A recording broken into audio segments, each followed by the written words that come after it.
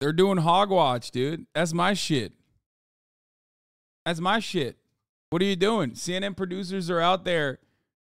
CNN producers are out there quite literally doing my shtick. Anyway, let's get started. Trump, 18 indicted co-defendants expect to be booked at Fulton County Jail, sheriff says. President Donald Trump, more of his co-defendants in Georgia are criticizing prosecutors who accuse them of racketeering to overturn the 2020 election results. Nicole Killian is in Atlanta, where the accused have been told to appear by the end of next week. Nicole, good morning. Good morning, Nate. Logistics are still being worked out, but we now know that all of the defendants, including the former president, are expected to be processed at the county jail not far from here, and they can surrender at any time. Just hours after Fulton County District Attorney Fani Willis announced charges against former President Donald Trump and 18 others for their alleged efforts to overturn the 2020 election in Georgia. It is now the duty of my office to prove these charges in the indictment beyond a reasonable doubt at trial. Trump said in a social media post he'll hold a news conference next Monday that will be a complete exoneration, and he repeated false claims of election fraud in Georgia. The state's Republican governor, Brian Kemp, hit back. The 2020 election in Georgia was not stolen. With 9 days left to turn themselves in, the Fulton County Sheriff's Office says it expects the 19 indicted defendants, including the former president, to be booked at the Fulton County Jail. Trump's lawyer, Rudy Giuliani, who faces 13 counts for allegedly making false statements about the 2020 election, denies any wrongdoing and says he plans to surrender soon. I'll pick a day next week, try to work out the conditions of bail, because there has to be bail, I imagine. On Tuesday, Trump's other co-defendant and former Chief of Staff Mark Meadows sought to move the criminal charges against him from Fulton County to federal court. His lawyers say they plan to file a motion to dismiss the case, arguing nothing Mr. Meadows is alleged in the indictment to have done is criminal. Meadows was on this call with Georgia's Secretary of State Brad Raffensperger in January 2021. Mr. President, everybody is on the line, and just so, this is Mark Meadows, the Chief of Staff. During which Trump made this statement. I just want to find 11,780 votes, which is one more than we have, because we won the state. After a false alarm earlier this week, the Fulton County Clerk's Office now acknowledges it accidentally posted a fictitious document with charges hours before the official indictment was unsealed back on Monday. It said it was just doing a trial run, but Trump's legal team calls it a major fumble. Gail? So we know these new things out of Georgia, Fulton County. What does this tell us? Yeah, so all four. I love the timeline memes of like they have like a primary calendar, which is normal. You have a calendar of events that are coming up, primaries, debates, things like that, right? And now the primary calendar has to include Donald Trump's legal affairs, which is fire. Like they're like, it straight up it has to include like all of the many court cases and court dates that he has now. 4 indictments are now in. It's a lot. So let's take a moment. Let's assess where we are and what's next. Of course, Fulton County is the newest one. So what's happening in that case? The judge has given the parties until August 25th to surrender. I should say the DA has given the defendants until August 25th, next Friday, to surrender. That's the easy way. If they do that, they come in themselves, they're processed. If anybody does not surrender by then the DA has the right to send out law enforcement officials to make an arrest. We'll see if anyone tries to press that. The other big issue, and we just said this word, removal. Get ready for a lot of talk about removal. Mark Meadows is already trying to do this. Donald Trump will try to follow. In a nutshell, what this means is if a federal official gets charged with a state crime that relates to that federal official's official job duties, you can get the case moved. Like being president or chief of staff? Right. Within the legitimate scope of those jobs, important qualification, you can get the case moved over to federal court and then potentially dismissed. So these are really important motions. Mark Meadows has already done this. Trump is sure to follow. The other thing that we're watching for here is we have 19 defendants in this case. That's a lot. And a lot of these folks are facing criminal charges for the first time. Are people going to try to save themselves, cooperate, and flip? And if so, are they going to be able to take prosecutors up and up this essentially hierarchy? There are people in here, like Jenna Ellis, for example, that are not only flippable, but already have flipped, at least publicly, by advocating for Ronald McDonald DeSantis, okay? So there are so many people that Trump has also openly talked about in a negative way. Sidney Powell being one of them. I would suspect that Rudy Giuliani is another weak link at the tippy top. You know what I mean?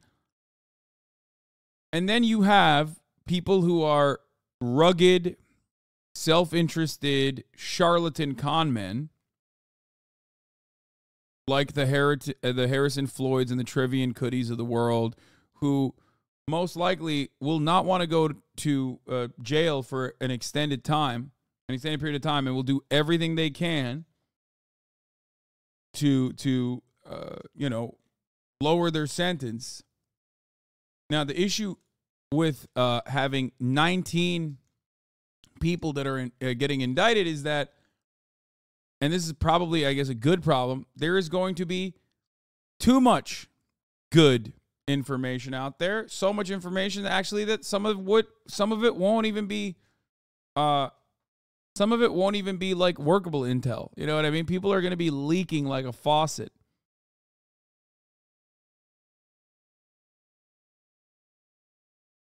You know? Chart, watch and see if anyone starts pleading guilty, watch and see if there's any cooperation agreements, or what we call an information, which sort of would indicate cooperation. A lot of what's in the Georgia indictment is part of Jack Smith's, one of his most recent indictment. Walk us through those two. Well, there's three other outstanding cases. Yeah, so now we're into the federal cases. This is Jack Smith's 2020 election interference case. The big issue there is, what will the trial date be? Now, DOJ last week put in a brief asking for January 2nd, 2024. Pretty aggressive time frame. Trump has not responded yet. His response is due later this week. I think it's fair to say he's going to want later, maybe never, certainly after the election. And then the judge is holding a hearing to decide the trial date and other scheduling issues on August 28th, a week from Monday. Now, the other Jack Smith federal case, now we're talking about the Mar-a-Lago classified documents case. They are going through, how are we going to handle classified documents? Now, remember, DOJ returned a superseding indictment, a sort of version 2.0, where they added this third defendant, Mr. Diallo. Yeah, trial date is March 4th officially. Fulton County DA Willis proposes Trump trial start date as March 4th, 2024. I need you to understand something, okay? March 4th, 2024, we are there. I'm going to be there, okay? I'll be there no matter what. Right before the primaries, that is my March Madness, okay? Mark your goddamn calendars, because I'm going to be doing court watch. I'm going to go nutty with it. I will not be going to Georgia, no. I will park my ass home so that I can live stream the broadcast being filmed inside of the Georgia Fulton County courtroom.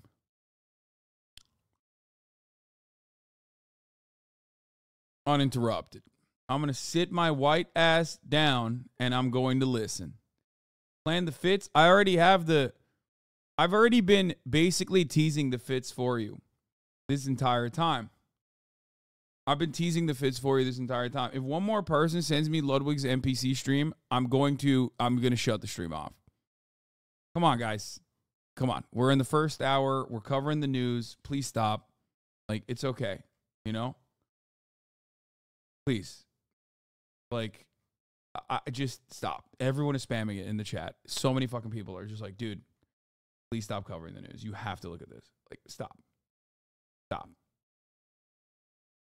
Oliveira, and added 3 charges against Donald Trump. And so the question is that going to compromise the May 2024 trial date? Again, the dynamic, Trump's going to want to push back. DOJ is going to say Let's keep it. And then finally, let's not forget the first of the cases to land, the Manhattan DA's case about the hush money payments. They're going through pretrial motions, and they have a trial date of March of 2024.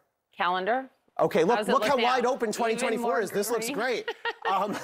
We have an election in November of 2024. New York, the hush money case. Sure. Their trial is scheduled for March. That's definitely going to go through April.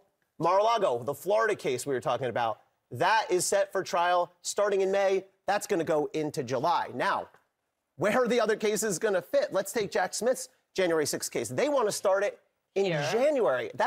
They do not have enough time to get that in before the New York case. And then we have Fani Willis's case. There's no place for that. Because now, you can't go so close to the election. They're not going to start. If they start a trial in August, that's going to run right through the key months of the general election. There's no way we're going to have Especially a RICO case. Especially a RICO case. So I don't see any room for Fani Willis's case before the election.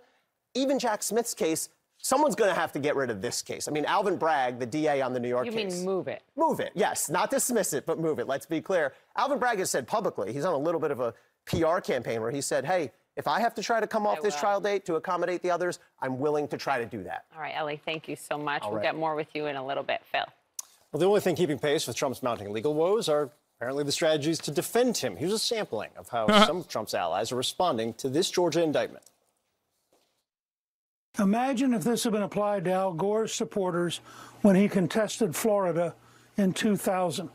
This is a direct threat to the American system of the rule of law. There were alternate electors sent in 1876. There were alternate ones sent in 1960. On advice of counsel, Trump asked Pence to kick it back to the states for recertification. I love CNN getting into the React game. They're doing hogwatch, dude. That's my shit. That's my shit. What are you doing? CNN producers are out there.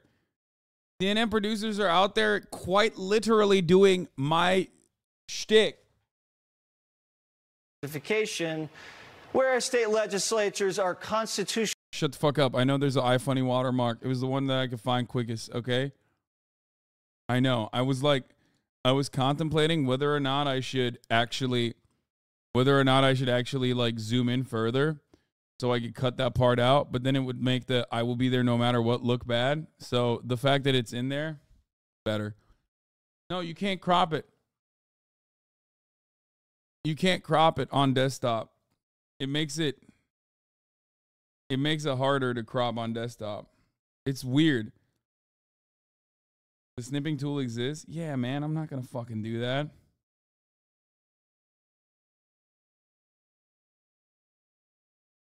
Too much work. Shut the fuck up. Actually empowered to determine elections. That's called politics. Alternate electors had legal precedent of being selected and chosen in the Kennedy-Nixon 1960 election. Joining us now, CNN political analyst and senior political correspondent for the New York Times, Maggie Haberman. Maggie, there's a lot to dig into here, but one of the things I want to start with, and I think the team, and Poppy knows, I've been talking about this all morning, and I think yesterday afternoon and last night too, is the alleged report that the former president has decided he's going to release. It's definitely going to definitively lay out fraud that everyone and their mother and every court has repeatedly said is not true. The intent behind this, what is it? So my colleague Jonathan Swan and I reported yesterday that a number of Trump's aides and allies woke up yesterday, several hours after he had been indicted, in Georgia for allegedly trying to subvert the election and being part of a conspiracy to do so, to find that he had posted this social media posting saying there is going to be a major news conference on Monday where he is going to show this report. We dug into it. We learned that Liz Harrington, a Trump aide who works in communications, at least in part compiled what is more than a 100-page report about Georgia, specifically, as we understand it, and about what she believes and what he believes, despite all kinds of evidence to the contrary, is widespread fraud in that race, and that this is what he was going to move forward with. It's unclear whether this press conference goes forward, but that's what it refers to. And Phil, we should note, just to the point that you guys were just making about the various layers of his legal travails here, Liz Harrington is an aide who shows up, albeit unnamed, in another of the indictments that Trump is facing, the one related to Mar-a-Lago documents. She was in the room, according to multiple people, when Trump was brandishing what he described as a secret military document that he could have declassified as president. Your piece with Jonathan is so interesting this morning. The headline is Trump taunts tests limits of release. And you write, Mr. Trump is now probing the limits of what the criminal justice system will tolerate and the lines that Judge Tanya Chutkan sought to lay out about what he can and cannot say. He is really pushing here in a way that could really hurt him in terms of how this trial is conducted, when this trial is conducted. And so Judge Chutkan, and he has been attacking prosecutors and other judges in these various cases, but Judge Chutkan, who oversees the J6 case against him at the federal level, warned at a hearing on Friday with the two parties that there was clearly going to be a limit to Trump's free speech. Now, his lawyers and his advisors argue he's the frontrunner for the Republican nomination. He's a political candidate. He should have a fair amount of leeway because of that. And she was suggesting there are going to be limits despite that, because the laws of the court have to come first. He went within a short time of that hearing and began posting on Truth Social, his social media website, other people's posts, I guess we'd call them truths, about Judge Chutkan, adding some of his own commentary. Generally, it was other people's. One included a very large picture of her. And so he is very clearly testing the terms of his release, both in that case and I would say with these attacks on prosecutors, in others. Poppy, some lawyers say, and we talk about this in the piece, other defendants, if they were doing similar things, would be in jail. Now, it's very complicated to think of something like that happening to somebody with a Secret Service detail, but there is the question of, will the judge or the prosecutors seek some kind of recourse as he continues to talk? Well, she did threaten to move it up the more he talks about, not the personal threats, but about, discovery. Right. What she suggested was that she may be forced to preserve the sanctity of the jury pool and witnesses. She may be forced to move the trial date up sooner if this continues. And so we'll see if the government tries to suggest that he has. Special counsel investigation of the Georgia investigation. He was obviously indicted in the Georgia case. He moved alone yesterday, or his legal team moved alone yesterday to try and shift things from state court to federal court. I was interested in the fact that he did it by himself. He didn't do it with any of the other 18 indicted co-conspirators, including the former president, and then he moved first. What's your sense of that dynamic right now? How is it that certain hawks can recognize the terrible material conditions and engage with terrible things happening in prisons and completely disregard that when voting? Hello? They're hogs. Americans in general do not have most people in general just don't have like a consistent worldview. But Americans especially do not have a consistent worldview. And that is capitalist dogma, okay? Capitalist dogma has within it inherent contradictions, whether it be the constant class clashes, the antagonism amongst the classes. But for it to survive, for capitalism to survive and thrive, there needs to be institutions created to reinforce that this is a naturally occurring phenomena and that the oppression that you are and the struggle that you're experiencing is due to your own lack of motivation or just due to your own morality, even in certain instances, like you're a bad guy, that's why you're suffering, because, poor people suffer because they're bad, or maybe some other red herring. And given that Americans are hyper-individualistic and also incredibly entitled, you will never allow them to see that the very people that they are, voting for are those who are stealing money from their pockets. Matt Christman is right, yes, when he said Americans view politics not as a way to change material conditions, but as a way to punish people they don't like. And that is born out of, one, the thing that I just mentioned, every institution that you experience, that you live with, that you that is delivering information to you, is telling you that all the brutal conditions are normal and there's no other alternative. But also century of inaction from either party in a direction that helps improve their material conditions. I cannot think of a singular moment in contemporary American history where Americans saw with their own two eyes their government doing things that just objectively benefited them, benefited their material conditions, truly improved their lives. I don't mean just in a marginal way, and I don't mean in a way that was where they were like, wow, the government does have my back. There are two instances that are, I guess, there are two instances that come to mind. One is the COVID checks, okay? One is the COVID checks, which were cleverly titled Trump Bucks. And the other one is the ACA, which, of course, had a multi-billion-dollar propaganda machine working against it, which is why the Affordable Care Act was billed as Obamacare and was lied about non-fucking stop, as though it was actually creating death panels, which is also known as triage, which ironically did happen during COVID and continues to happen in areas, in rural areas. Okay?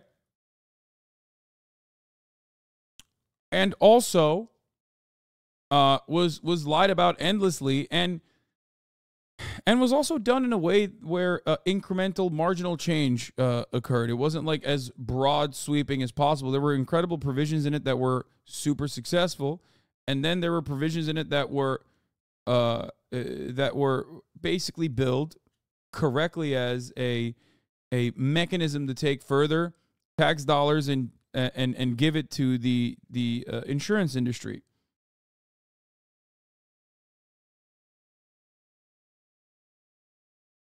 The ACA in and of itself was quite literally first implemented by a Republican governor who went and ran against Obama. Mitt Romney, when he's the governor of Massachusetts, implemented the ACA in the state of Massachusetts.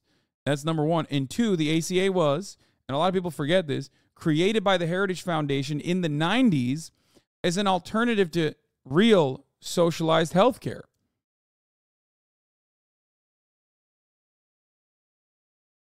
And even then, the ACA was gutted at the federal level, at least, by the constant, most successful American principled political position of states' rights, which, of course, is not principled at all, but only weaponized against whatever kind of good social, whatever kind of good civil liberties, advancement in civil liberties, or whatever kind of good social safety nets that the federal government is trying to implement.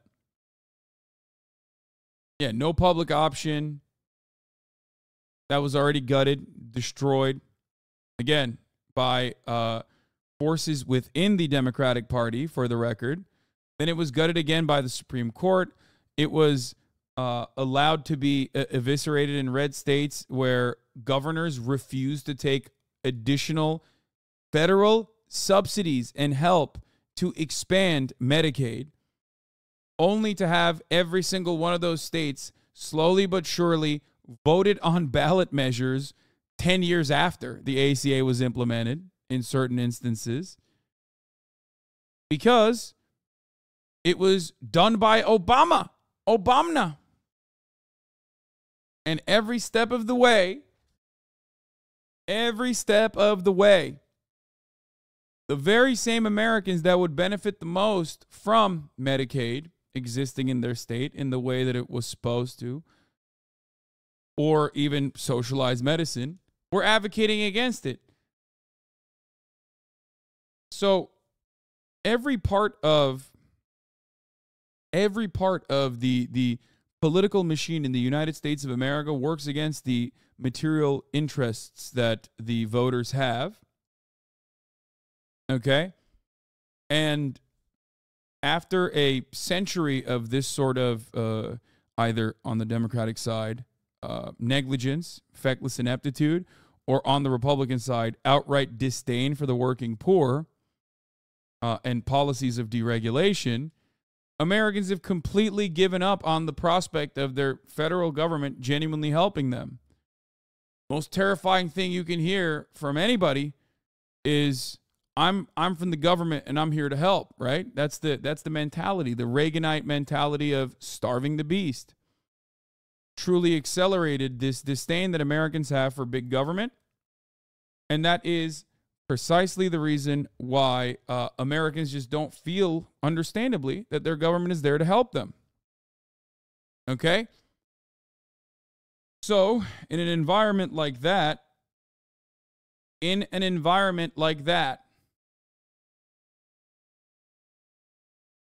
can't help but see the only thing that does work, which is cultural wedge issues that were crafted mostly by the Republican Party in an incredibly reactionary manner to drive a wedge between the two parties to make it seem like either party is actually working on things that are dramatically different that people vote on. And it becomes spite-based. American politics is purely spite-based for that reason. Where it's not about voting for, positive freedoms or voting for any kind of, or not even positive freedoms, but voting for any kind of like material change in a positive direction for yourself, but instead about stopping other people from enjoying things that they want to stop. If you're a Democrat, you look at Republicans, what are they enjoying? Shooting guns. By the way, I do agree in gun control, for the record, make no mistake, but shooting guns, being racist, whatever the fuck. And you want to stop that. You want to take their toys away. You want to take their F-150 pickup trucks away. You want to take their burgers away. On the other side, Democrats enjoy what? Civil liberties, such as having access to medical care that you still have to pay for, but at least you have some level of bodily autonomy over your own body. Republicans are like, nope, not on my watch. Don't want that.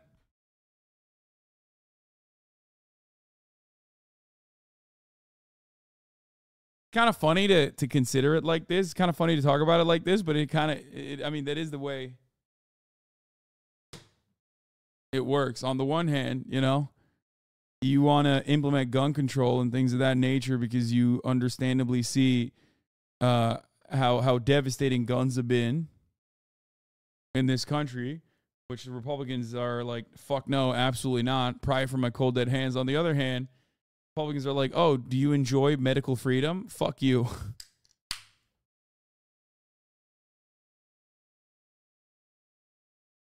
It's a bit silly when you describe it like this because wedge issues are inherently reactionary because they've been crafted and cultivated in a laboratory by Republican psychopaths.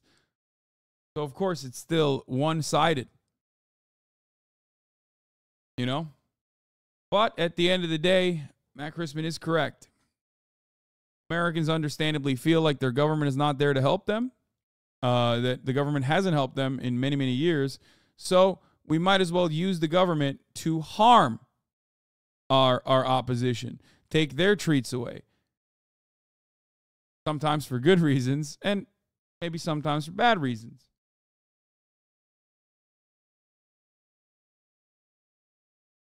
Now, I don't even know if we can change that. Like, I don't know if they're, because in order to change that, you have to actually do things. More of these, loan forgiveness, for example, things of that nature need to happen where people do genuinely see the government helping them. And it will take time, but both the Democrats and the Republicans understand that and see it as a terrifying prospect because if American people dare to dream that the government can help them at a certain point, well, then they're going to demand more. And that puts every politician at a shitty impasse where they actually have to do work instead of constantly blame the opposition for the gridlock and go, ugh, we just can't do anything about it.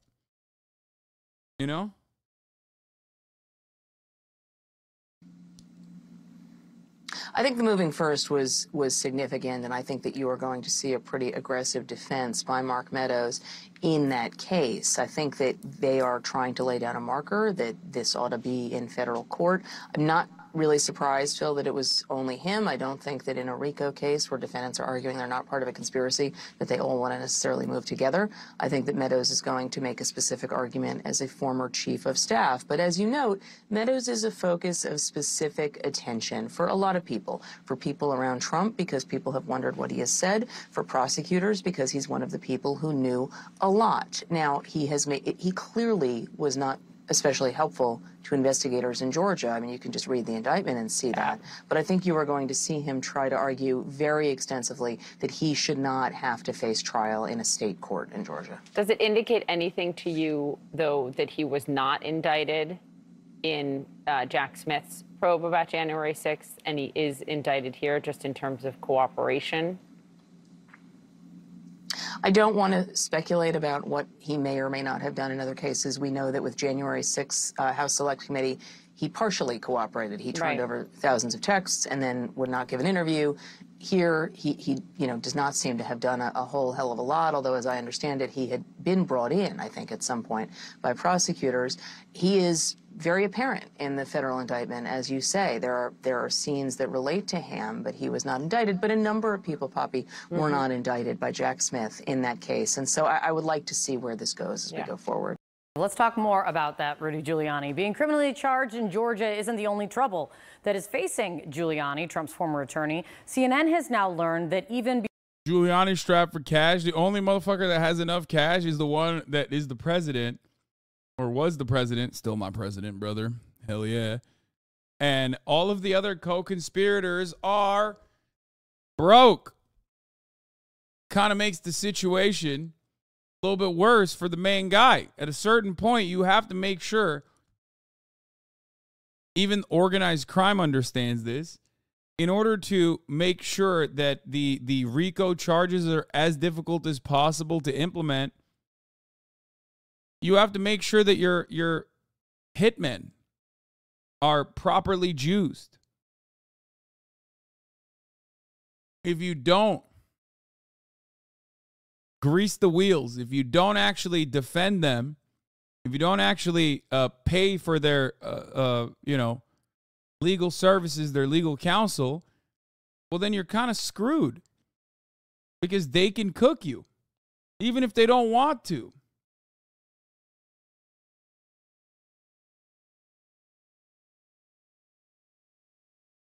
If there's a guy who knows this better than anybody else, as I covered yesterday, it's Rudolph Giuliani. He made his name in New York as being a prosecutor that prosecuted organized crime in New York with RICOs.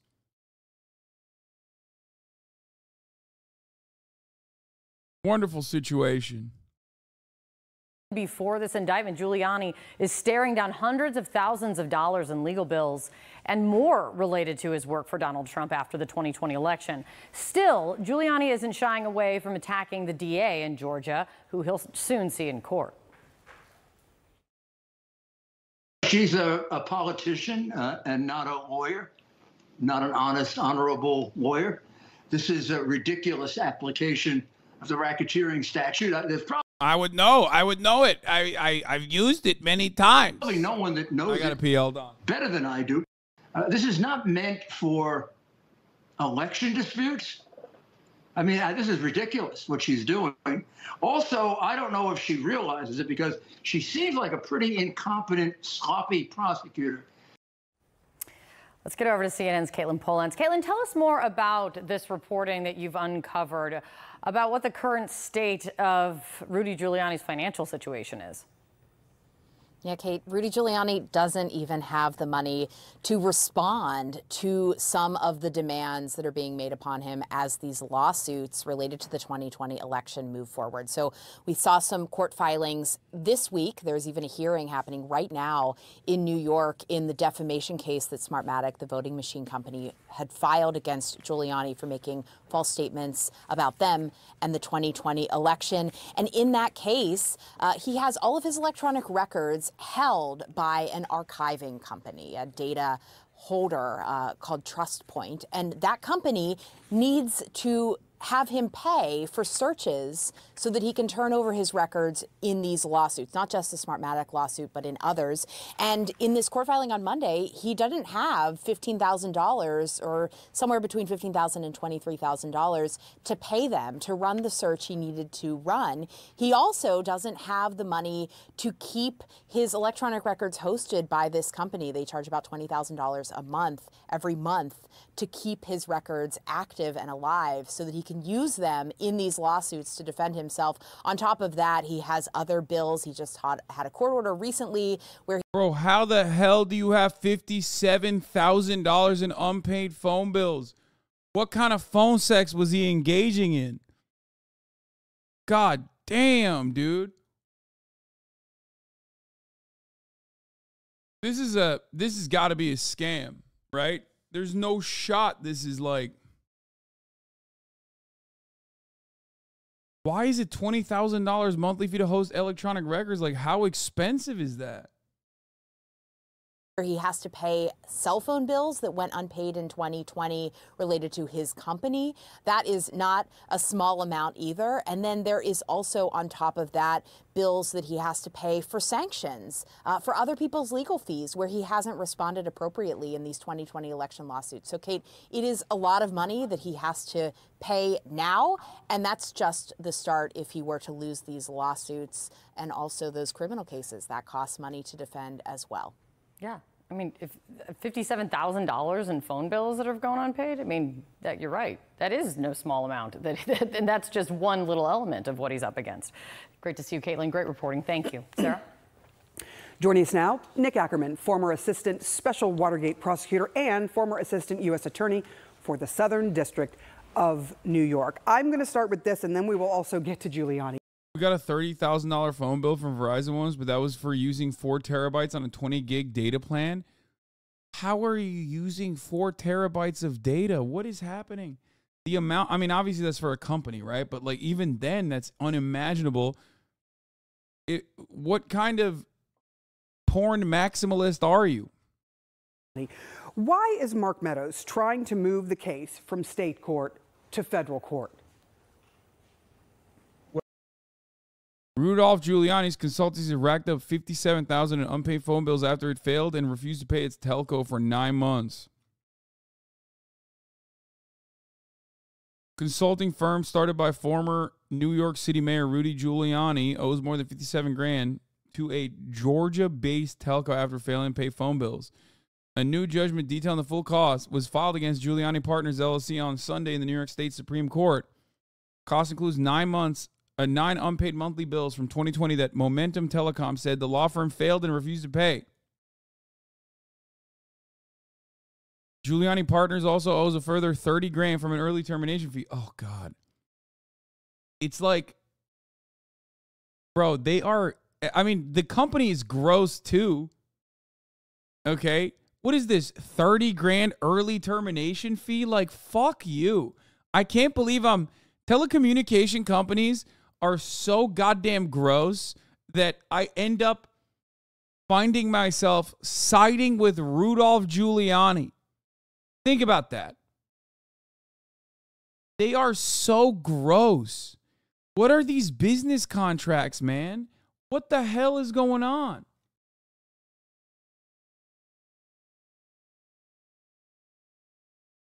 Judge Suzanne J. Adams affirmed on July 17th that the consultancy must pay $43,000 to the telco, along with interest accrued since May 2020. Sunday judgment calculated the interest at $12,000. Giuliani started his consultancy in 2002 and left 2007 amid questions of his failure to disclose some of the firm's clients. Wall Street Journal reported that one of his clients was Qatar, which received security advice from Giuliani. The revelation steeped Giuliani in controversy given Qatar's past ties with al-Qaeda. Giuliani was running for president at the time and had positioned himself as a post-9/11 guardian against Islamic terrorism.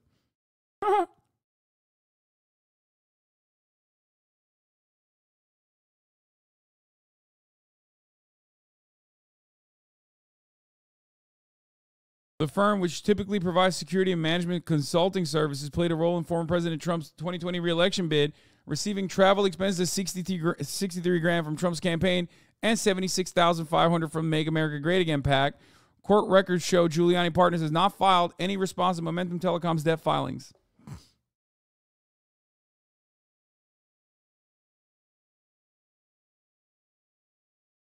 Incredible stuff, man.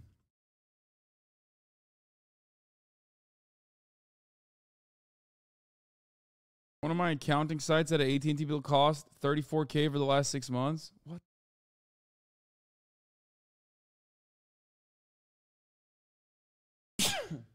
I work for AT&T Business Care, and I can tell you 30 grand is nothing. I've seen customers place orders for $5,000 iPhones and accounts with $10 million plus dollar bills every month. What is happening? I like that the entire, I'm not even kidding, the entire structure is just on the business side. Like enterprise accounting just revolves around scams upon scams, it seems. All these British, though, you shut your mouth, trap advisor. Ollie London is Korean. He is Jamin. In my heart of hearts, he is still Jamin. Well, I think the reason for doing that is to try and get it out of completely a Fulton County jury so that they have a broader jury to pick from that would include a lot more conservative Republicans from rural areas. I think that's the primary reason to do it. The reason Mark Meadows, I think, is a very strategic decision among the defendants. Of all of the defendants, he probably would, on the surface, seem to have the best chance to do this because he was basically a gopher for Donald Trump. So the question is going to be, when he goes before and files this in federal court, whether he was acting within the scope of his duties as Donald Trump's main person, as his secretary of whatever it is. I mean, he was the guy who was supposed to be running that. And I think what the prosecutors will do will come back with very hard evidence showing that Mark Meadows actually committed crimes. And that will do it because the standard here is whether or not he they're boomers, bro. Come on. Was acting in the scope of his duties as chief of staff for Donald Trump. And certainly one of those duties is not committing crimes. Oh my God. Crime is not within the. They're like, Granddad, you're on TV. His duties. In fact, this is the same thing that Judge happening? Denied Donald Trump in the New York case. Nick, I want to ask you about that because this is exactly like my current housing situation because my dad has like 3 different phones or 2 different phones, and like they're all never on silent. And whenever there's one text message, whenever there's one text message that it receives, you hear it from like 2 different fucking phones. You know what I mean? And it's like what's happening? And how did you make it so that you have different notification sounds on different phones? Like, what's happening here?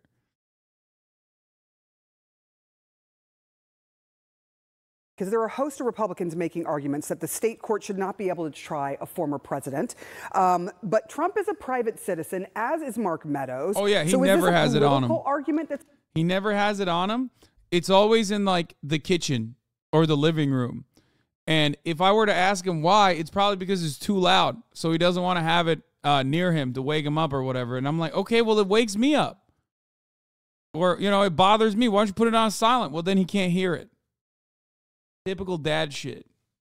We're seeing play out, or is this an actual legal argument that holds water? Oh, no, it's an actual legal argument. There is a statute that permits government officials to remove cases to the federal court. I didn't get ads. Please run it again. And the standard is whether or not the actions that are being complained of were in the course of his normal duties in that official capacity. And that's where Mark Meadows is going to fall short. It's where Donald Trump fell short before Judge Hellerstein in New York, who found that paying money to a hush money to a porn star and covering it up by falsifying business records was not within the scope of the duties of the President of the United States. I think the same decision is going to be precedent here for the federal court to do the exact same thing and deny it. But basically, Mark Meadows is the stalking horse for the other defendants in the case. To see if he gets it done, then they might follow suit. Nick Ackerman, thank you so much for all of that. And very interesting to note what happened in the state case in New York. You're saying that same kind of precedent may be set to keep the state case in Georgia from going to the federal courts. Appreciate you. Now, we're now just 8 days from the Fox News Republican. Oh, God.